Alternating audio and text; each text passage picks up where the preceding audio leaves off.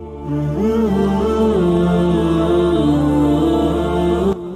لله رب العالمين والعاقبة للمتقين والصلاة والسلام على سيد الأنبياء والمرسلين وعلى آله وصحبه أجمعين. أما بعد فأعوذ بالله من الشيطان الرجيم. بسم الله الرحمن الرحيم.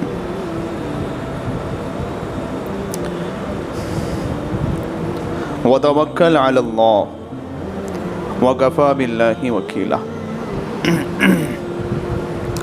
سبحان ربك رب العزة عما يصفون وسلام على المرسلين والحمد لله رب العالمين.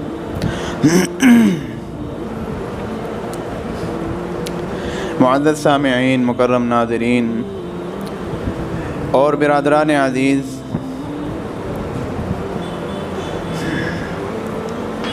اللہ رب العزت نے اس کائنات کو اپنی قدرت کاملہ سے پیدا فرمایا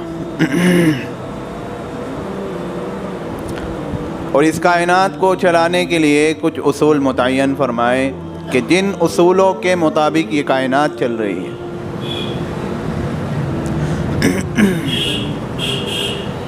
جن کو ہم فطرت قوانین کہتے ہیں، فزیکل لا کہتے ہیں، اللہ رب العزت کی سنت کہتے ہیں. تو یہ پوری کائنات اللہ رب العزت کے بنائے ہوئے اصولوں کے مطابق چلتی رہتی ہے، لیکن اللہ رب العزت جب چاہتے ہیں اپنی مرضی اور اپنی منشا کے مطابق چیزوں کو استعمال فرماتے ہیں، جس کو اللہ رب العزت کی قدرت کہتے ہیں.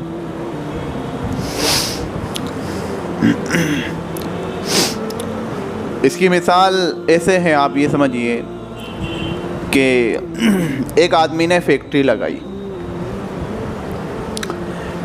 ایک آدمی نے کارخانہ کھولا، فیکٹری لگائی.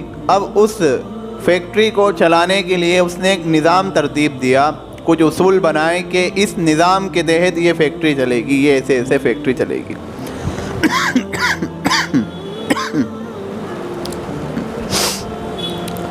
اب وہ نظام بنا کر مجبور تو نہیں ہو گیا کہ اب اگر وہ چاہے کہ فیکٹری کے نظام کو بدلنا چاہے تو نہیں بدل سکتا، پھر بدل کرنا چاہے تو نہیں کر سکتا. وہ مالک ہے، وہ اپنی مرضی اور منشا کے مطابق اگر نظام کو بدلنا چاہتا ہے تو بدل سکتا ہے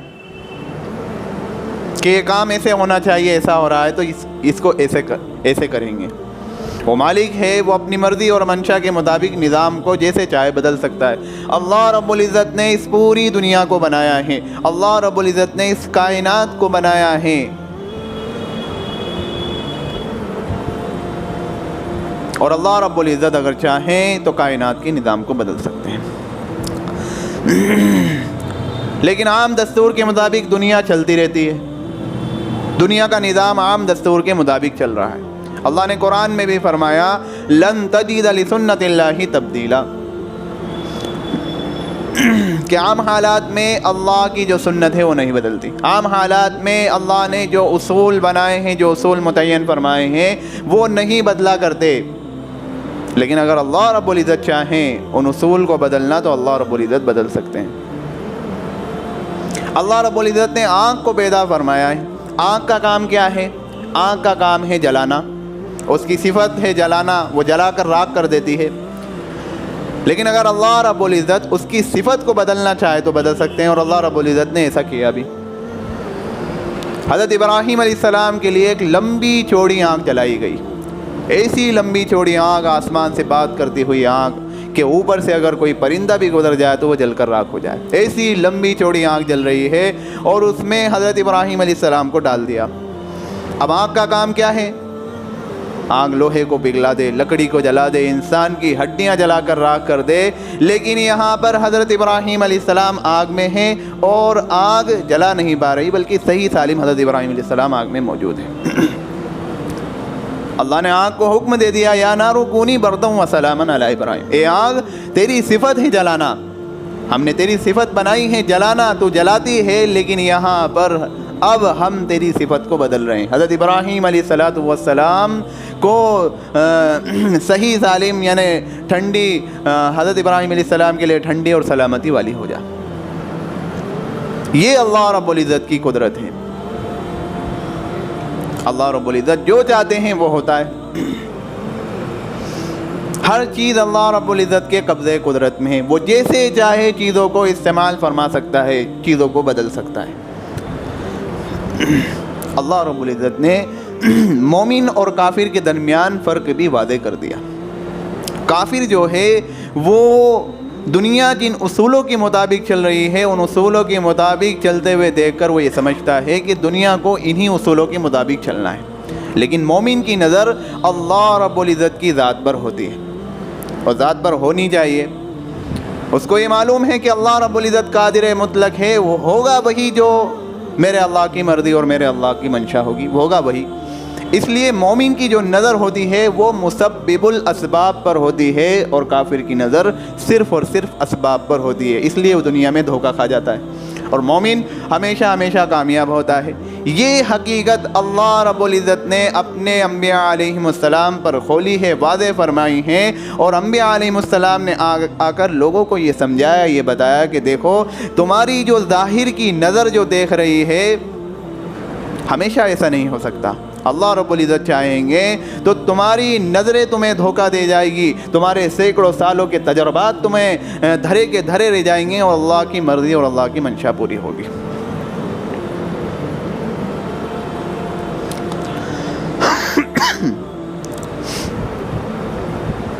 جو بندہ اللہ رب العزت کی رضا حاصل کرتا ہے، جو بندہ اللہ رب العزت کی رضا حاصل کرتا ہے، تو اللہ رب العزت ذلت کے نقشوں میں سے عزت نکال کر دیتے ہیں، ذلت کے نقشوں میں سے اس کو عزت دے دیتے ہیں۔ حضرت یوسف علیہ السلام کو اللہ رب العزت نے ذلت کے نقشوں میں سے عزت دی، ذلت اور رسوائی کے نقشوں میں سے اللہ نے ان کو بادشاہ بنایا، غلامیت کے نقشوں میں سے اللہ نے ان کو بادشاہ بنایا، قید خانے کی نقشیت میں سے اللہ نے ان کو بادشاہ بنایا۔ یوسف علیہ السلام کے بھائیوں نے ان پر کیا ظلم و ستم نہ ڈھائے، ان کو مارا، ان کو تکلیفیں پہنچائیں، کنویں میں بھی ڈال دیا، لیکن ان کو کیا پتا تھا یہ بھائی، یہ ہمارا بھائی جس کو آج ہم تکلیف دے رہے ہیں، ہم ایذا پہنچا رہے ہیں اور ان کو اتنا مار رہے ہیں، کل کو وہ ملک کا بادشاہ بنے گا۔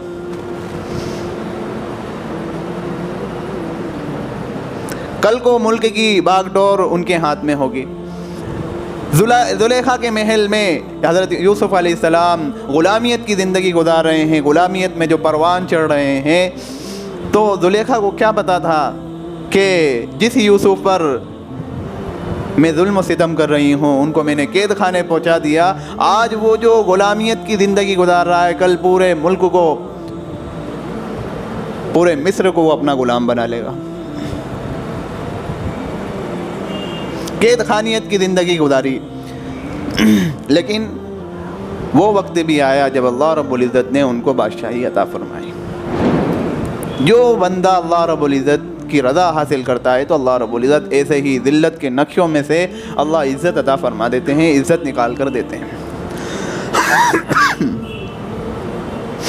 اور جو بندہ اللہ کے حکم کے خلاف زندگی گزارتا ہے تو اللہ رب العزت عزت کے نقشوں میں سے اس کو ذلت دیتے ہیں۔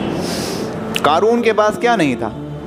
قارون کہا کرتا تھا اوتیتہ علی علم عندی، میرے پاس جو علم ہے، میرے پاس جو ٹیکنالوجی ہے، جو میں بزنس مین ہوں اور جو میں ڈیل کرتا ہوں، اس ڈیل کی وجہ سے جو میرے اندر جو دماغ ہے اس کی وجہ سے یہ پیسہ میرے پاس آتا ہے۔ فخرج علی قومی فی زینتی، پوری زیب و زینت کے ساتھ وہ قوم میں نکلا کرتا تھا، لوگوں کی آنکھیں پھٹی کی پھٹی رہ جاتی تھیں،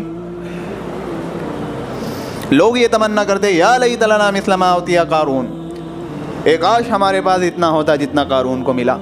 یعنی اپنے وقت میں قارون دنیا کمانے کے لحاظ سے رول ماڈل تھا، لیکن اللہ رب العزت نے عزت کے نقشوں میں سے اس کو ذلت بھی ایسی دی، فخسفنا به وبداره الارض، اس کو اس کے خزانوں کے سمیت اللہ رب العزت نے اس کو زمین میں دھسا دیا۔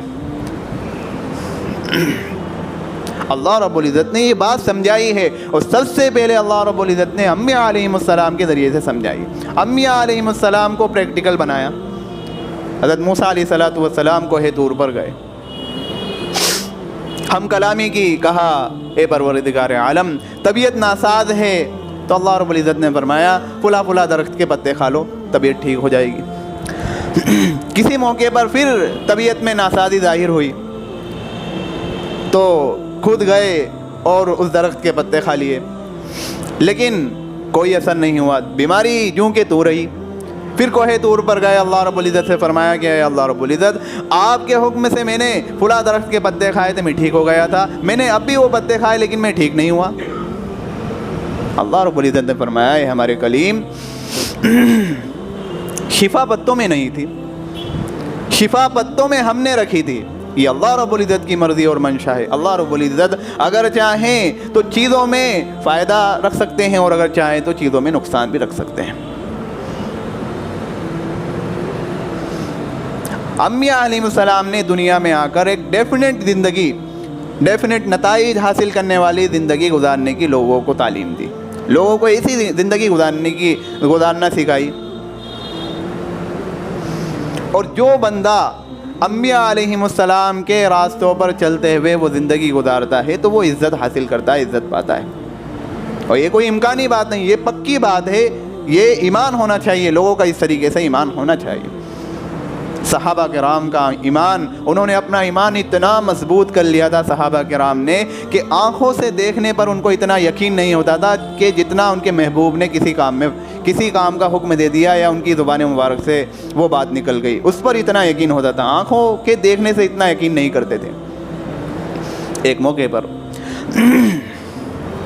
حضور اکرم صلی اللہ علیہ وسلم نے فرمایا کہ ایک عورت ہے جس کے پاس، جو مدینہ کی خبر جا کر مکہ والوں کے پاس لے کر جا رہی ہے، مدینہ کے سیکریٹ وہ مکہ والوں کو بتانے جا رہی ہے، اس کے پاس ایک خط ہے، جاؤ جا کر اس کو پکڑو۔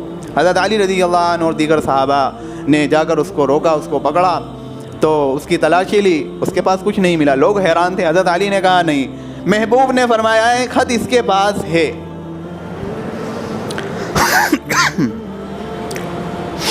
تو حضرت علی رضی اللہ عنہ نے فرمایا دیکھو،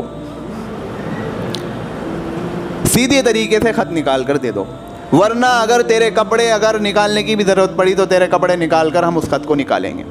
جب حضرت علی رضی اللہ عنہ نے یہ جملہ کہا، ایسی بات کہی، تو وہ ڈر گئی، اس نے اپنے جو جہاں سے چھپا رکھا تھا وہ خط نکال کر دے دیا۔ یہ یقین تھا حضرت صحابہ کا کہ محبوب صلی اللہ علیہ وسلم کے زبان مبارک سے اگر ایک بات نکلی ہے تو وہ پکی بات ہے، وہ یقینی بات ہے۔ ہمیں بھی ایسا یقین ہونا چاہیے، ہمارا بھی یقین اس درجے ہونا چاہیے کہ محبوب صلی اللہ علیہ وسلم کی سنتوں میں زندگی گزارنے میں کامیابی ہے تو پھر کامیابی ہے۔ یہ اللہ تبارک و تعالیٰ نے انبیاء علیہ السلام کے ذریعے سے لوگوں کو بتایا۔ سب سے پہلے انبیاء علیہ السلام کو کہ انبیاء علیہ السلام لوگوں کی رہنمائی کے لیے دنیا میں بھیجے گئے۔ سب سے پہلا آئیڈیل تو لوگوں کے لیے انبیاء علیہ السلام ہے۔ تو سب سے پہلے جو آزمائش یا جس چیز کی تعلیم دی وہ انبیاء علیہ السلام کو تعلیم دی۔ حضرت موسیٰ علیہ السلام کوہ طور پر گئے، ہم کلامی کی، تو اللہ رب العزت نے فرمایا کہ اے موسیٰ وما تلک بیمینک یا موسیٰ، یہ تیرے ہاتھ میں کیا ہے، یہ تیرے دائنے ہاتھ میں کیا ہے؟ قال ہی عصا، میرے ہاتھ میں عصا ہے۔ پھر اس کے فائدے بھی گنوانا شروع کر دیے۔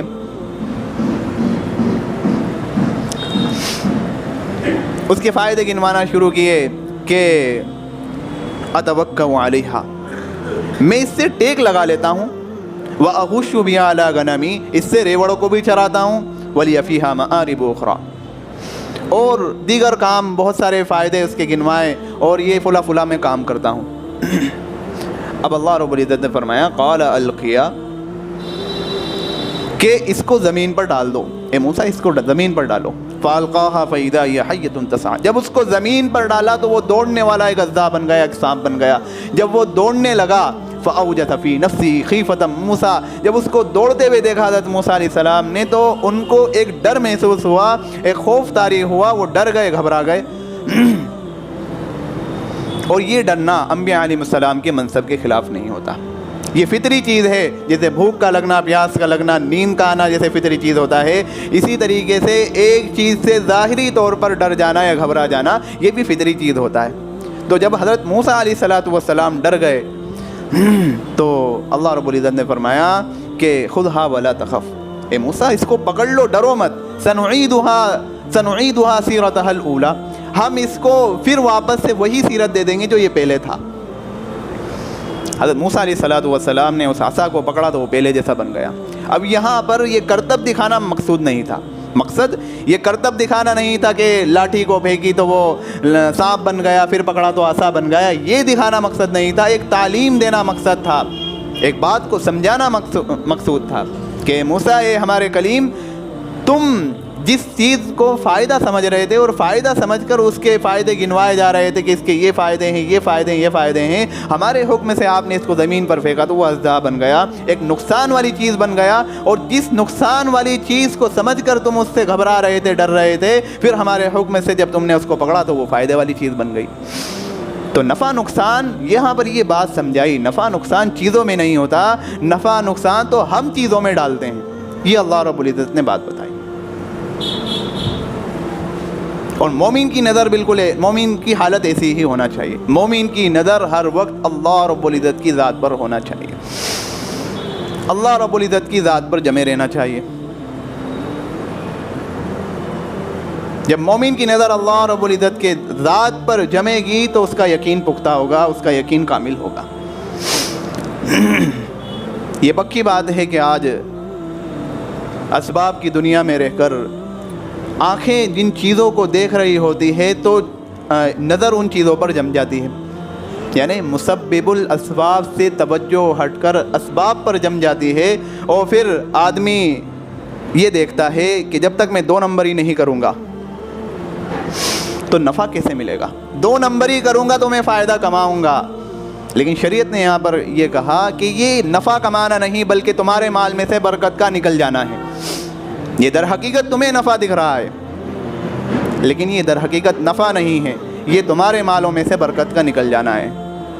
حرام کا مال چاروں طرف سے تمہیں آ کر گھیرے گا، حلال کا مال ایک طرف سے آئے گا لیکن وہ تمہاری زندگی سنوارے گا اگر تم نے اس حلال کو حلال رکھا. اگر اس حلال میں تم نے حرام کی ملاوٹ کر دی تو وہ سارا مال تمہارے لیے اژدھا بن جائے گا. اس صحابہ کا یہ یقین تھا، صحابہ نے اپنا یقین ایسا بنایا تھا. حضرت عمر رضی اللہ عنہ کا زمانے خلافت ہے تو انہوں نے اپنے زمانے خلافت میں حضرت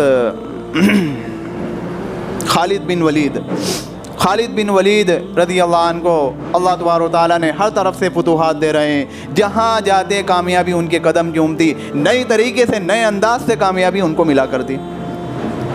تو یہاں پر حضرت عمر رضی اللہ عنہ نے یہ حکمت، ان کے اندر بڑے حکیم تھے تو یہ حکمت اپنائی کہ انہوں نے ایک شخص کو بھیجا، ان کے ہاتھ میں خط بھیجا اور خالد بن ولید کو مخاطب کر کے کہا کہ خط جس کے ہاتھ میں ہوگا اب سے سپہ سالار وہ ہوگا. ابھی تک تم سپہ سالار تھے، تمہاری قیادت میں پوری فوج چل رہی تھی، لیکن اب سے سپہ سالار وہ ہوگا جس کے ہاتھ میں خط ہے.